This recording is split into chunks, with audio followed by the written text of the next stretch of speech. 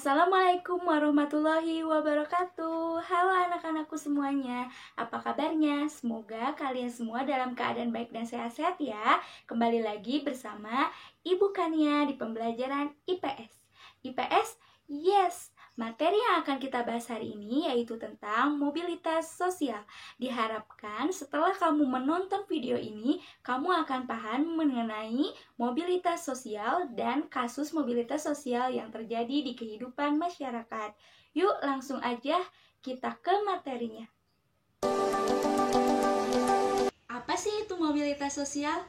Nah, mobilitas sosial itu adalah perpindahan posisi seseorang dari lapisan yang satu ke lapisan yang lain. Atau yang dimaksud mobilitas sosial itu perpindahan status sosial seseorang dari lapisan yang satu ke lapisan yang lain. Nah, jadi status sosial seseorang di sini itu maksudnya lebih identik ke pekerjaan, jabatan, atau peran orang tersebut di dalam kehidupan masyarakat ya. Selanjutnya kita bahas bentuk-bentuk mobilitas sosial ya. Nah, jadi mobilitas sosial itu ada dua bentuknya. Yang pertama ada mobilitas vertikal dan yang kedua ada mobilitas horizontal. Kita bahas yang mobilitas vertikal dulu ya. Mobilitas vertikal ini juga dibagi menjadi dua. Ada mobilitas vertikal naik dan juga ada mobilitas vertikal turun. Yang pertama, mobilitas vertikal naik. Mobilitas vertikal naik atau social climbing adalah perpindahan status sosial seseorang dari lapisan yang bawah ke lapisan yang atas. Sesuai namanya ya, vertikal naik.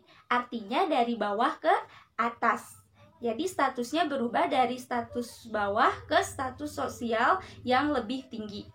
Contoh mobilitas vertikal naik. Misalnya, Bapak Ridwan Kamil adalah seorang wali kota Bandung. Karena kerjanya yang bagus, banyak masyarakat yang mendukungnya dan akhirnya Pak Ridwan Kamil menjadi Gubernur Jawa Barat. Nah, itu adalah salah satu contoh kasus mobilitas vertikal naik, di mana Pak Ridwan Kamil yang awalnya status sosialnya sebagai wali kota naik ke jadi gubernur. Nah, itu vertikal naik ya. Jadi lapisannya dari yang rendah ke yang tinggi. Atau contoh lainnya deh Ibu kasih. Contohnya misalnya, Pak Budi adalah seorang karyawan biasa di satu perusahaan.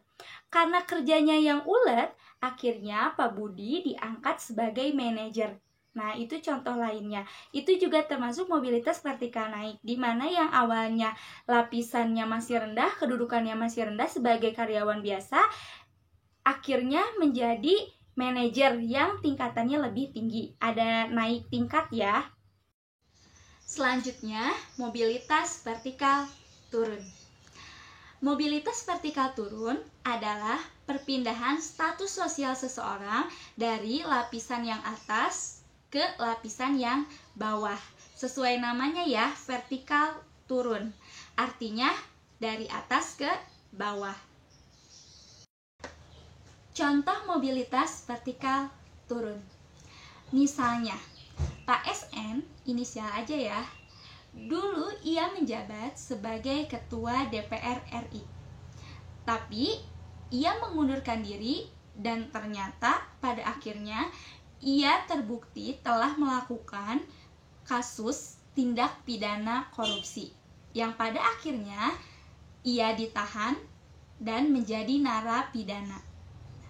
Di sini ada perpindahan status sosial seseorang dari yang awalnya status sosial tinggi ke status sosial bawah. Dari yang awalnya pejabat, ketua DPR RI, sekarang jadi narapidana. Nah, berarti ada penurunan lapisan status sosial ya, dari yang tinggi ke yang bawah. Contoh lainnya, Pak Adit adalah seorang tentara. Karena dia sekarang berusia 58 tahun, akhirnya Pak Adit pensiun. Nah, itu juga termasuk ke contoh mobilitas vertikal turun, di mana adanya perubahan status sosial seseorang dari lapisan yang tinggi ke lapisan yang bawah. Dari yang awalnya tentara ke pensiunan, berarti turun ya. Nah, itu juga termasuk ke contoh mobilitas vertikal turun. Sekarang kita bahas mobilitas horizontal. Mobilitas horizontal itu berbeda dengan mobilitas vertikal. Kalau mobilitas horizontal adalah perpindahan status sosial seseorang tapi dalam lapisan yang sama. Jadi hanya status sosialnya saja yang berubah tapi lapisannya masih sama. Itu yang dimaksud mobilitas horizontal. Contohnya misalnya Cristiano Ronaldo adalah pemain sepak bola di klub Real Madrid. Tapi ia pindah menjadi pemain sepak bola di klub Juventus. Nah, itu contoh dari mobilitas horizontal, di mana status sosialnya dia berubah. Yang awalnya dia statusnya pemain Real Madrid, pindah ke statusnya menjadi pemain Juventus. Statusnya berbeda, tapi masih dalam lapisan yang sama, yaitu masih sama-sama menjadi pemain sepak bola. Nah, itu yang dimaksud mobilitas horizontal.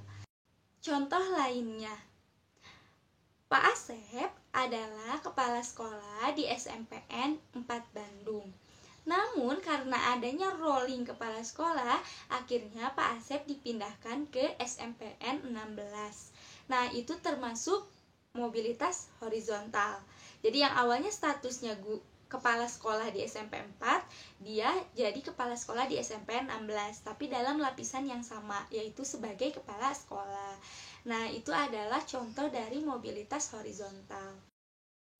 Nah, jadi Ibu tadi sudah membahas pengertian mobilitas sosial, bentuk-bentuk mobilitas sosial, dari mulai mobilitas vertikal, vertikal naik, vertikal turun, sampai ke mobilitas horizontal. Nah, sekarang giliran kalian untuk mengerjakan soal-soal latihan IPS. Selamat mengerjakan! Latihan IPS. Nomor 1, silahkan kamu identifikasi 2 contoh kasus nyata mobilitas vertikal naik. Yang nomor 2, identifikasi 2 contoh kasus nyata mobilitas vertikal turun. Dan yang ketiga, identifikasi 2 contoh kasus nyata mobilitas horizontal. Contoh kasus mobilitas sosialnya jangan sama seperti apa yang Ibu udah kasih di video ya. Kamu bisa identifikasi dan cari sendiri contoh kasus nyata mobilitas sosial yang terjadi di kehidupan masyarakat. Karena banyak banget kasus mobilitas sosial yang terjadi di masyarakat.